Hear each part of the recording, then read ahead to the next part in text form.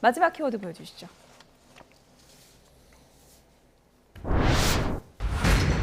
조국 전 장관이 문재인 전 대통령을 만났습니다. 지금 사진을 보고 계시죠. 만난 이후에 SNS에 글을 올렸는데요. 비장한 글귀를 담았습니다. 길 없는 길을 가겠다. 길 없는 길이 뭐가 있을까요? 어떤 걸까요? 길 없는 길이요. 예. 길이 없는 길, 예. 결국은 길을 만들겠다라는 의지인 것이고 예. 결국 다른 곳도 아니고 문재인 전 대통령께서 계신 곳에 가서 술 한잔하고 평산 책방에서 이 책방지기를 한 다음에 이와 같은 얘기를 했다라는 것은 본인의 어떤 그런 그 정치적인 미래와 그리고 또 그것을 통해서 본인의 어떤 영달을 하는 것이 아니고 문재인 대통령의 어떤 업적들이 다 희석되는 것을 막아보겠다라는 그런 명분까지 만든 것 아니겠습니까? 그렇다는 점에서 한마디로 내년 4월 달에 저는 출마하겠다라는 것을 굉장히 애둘러서 예. 문학적 표현으로 한 것일 뿐이다. 한마디로 본인의 마음은 이미 결정됐다. 이렇게 해석하는 것이 맞을 것 같습니다. 예, 출마의 마음을 은근히 밝힌 것이다라고 해석을 해주셨는데 페이스북에 올린 글 잠시 보도록 하겠습니다. 이렇게 글을 올렸습니다. 2019년 8월 9일에 검찰개혁 과제를 부여받고 법무부 장관 후보로 지명됐지만 저화제 가족에게는 무간지옥의 시련이 닥쳐서 지금까지 진행 중이다 라면서요. 과오와 허물을 자성하고 자책하며 인고하고 감내하고 있다. 이렇게 썼습니다. 문재인 정부의 모든 것이 부정되고 폄훼되는 역진과 퇴행의 시간 속에서 무엇을 해야 하는지 고민하고 있다고 하면서 지도도 나침반도 없는 길 없는 길을 걸어가겠다라는 각오를 밝혔습니다. 지금 뭐 지역구까지 좀 언급돼서 나오고 있는 것 같은데 벌써부터 출마의 변이라고 보십니까? 어떻게 보십니까? 뭐 저는 조국 전 장관께서 출마를 하실 수도 있다고 봅니다. 지금까지 지금 검찰 개혁에 앞장서다가 사실 멸문지화를 당한 그런 인물로 많은 국민들이 이제 인식하고 있는 상황이고요. 이번 총선을 계기로 자신의 명예 회복을 하고 싶은 그런 생각도 가질 수 있다고 보고 지금 말씀해주신 지도도 나침반도 없는 길 없는 길 이것이 사실은 정치에 있어서의 새로운 길을 열겠다라는 그런 해석이 될 수 있을 거로 봅니다. 예. 조국 전 장관과 문 전 대통령은 지금까지는 여론을 좀 의식해서 공개적인 만남을 피해 왔었는데요. 과거 발언들을 좀 먼저 들어보겠습니다.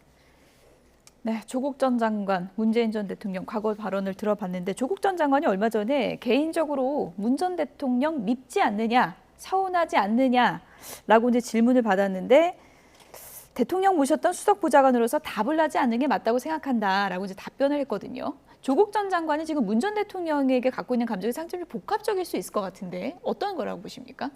제가 잘 모르겠습니다. 그 부분을 제가 설명하기 예. 너무 어렵지만 사실 그 당시에 우리 국민적인 특히나 민주당 지지자 그리고 문재인 정권의 지지자들은 조국 전 장관이 지금 살아있는 권력에 대해서 수사를 엄격하게 하겠다라고 주장했던 검찰총장 윤석열 총장이 굉장히 과도한 검찰 권력을 남용했던 부분에 대해서 제대로 대통령이 제어해주지 못한 부분에 서운함이 분명히 있거든요. 그 부분에 대해서 당사자인 조국 전 장관이 왜 없을 수 없지 않겠습니까? 하지만 그럼에도 불구하고 저는 굉장히 대인배의 모습을 가지고 있다라는 것을 우리 국민들에게 알리고 있는 이 상황이 그다지 뭐 나쁘게 비춰지지 않고 오히려 국민들에게 있어서 이 정치 현실에 우리가 정치가 상실하고 있는 이 상황에서 좋은 모습을 보여주고 있는 것이라고 생각이 듭니다. 또 하나는 이 지금 조국 전 장관에 대해서 법무부 장관 청문회 당시에 이 뭔가 문제가 심각하게 있다고 하면서 기소를 하면 수사도 한 번 없이 부인에 대한 기소를 단행했던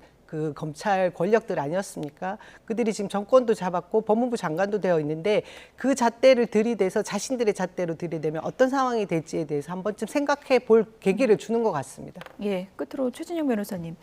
일단 뭐 출마를 한다면 이게 뭐 사법적 리스크도 살펴봐야 되는데 1심 판결 이미 나온 거고요. 이게 어떻게 할 수 있는 건가요? 어떻습니까? 결국 확정되기까지는 무죄로 추정되다 보니까 깜빵이가 있어도 출마는 가능합니다. 그런데 결국 이번에 그 출마를 사실상 결심한 것은 명분은 문재인 전 정부에 대한 호위무사를 자처하는 것이겠죠. 그렇지만 실리는 지금 얘기하신 것처럼 본인의 사법 리스크에 대한 방탄이라고 보는 게 맞겠죠. 실질적으로 1심 같은 경우에는 이미 실형 2년을 선고를 했습니다만 어떻게 보면 방어권 보장 취지에서 구속하지는 않았습니다. 그렇지만 2심은 지난번 3년 6개월 걸릴 가능성이 없습니다. 결국 본인 같은 경우에는 5년 동안 멸문지화를 당했다고 하지만 그것은 멸문지화가 아니고 어떻게 보면 특혜를 받은 것이죠. 이미 진짜 법원이 실질적인 소송을 빨리 했다고 하면 지금 저렇게 얘기할 수 있는 것이 아니고 이미 구치소나 교도소에 가 있을 가능성이 높지 않겠습니까? 항소심이 얼마 남지 않았기 때문에 실제로 본인은 본인 방탄을 위해서 출마를 한다라고 할지 모르겠습니다만 실제로 항소심 판결이 얼마 남지 않은 상황에서 실제 출마할 수 있을지는 사법 리스크를 지켜봐야 될 것 같습니다. 네. 조국 전 장관이 밝힌 길 없는 길, 어떤 길인지 좀 기다려 보겠습니다. 최진영 변호사, 남영희 부원장 두 분이었습니다. 고맙습니다.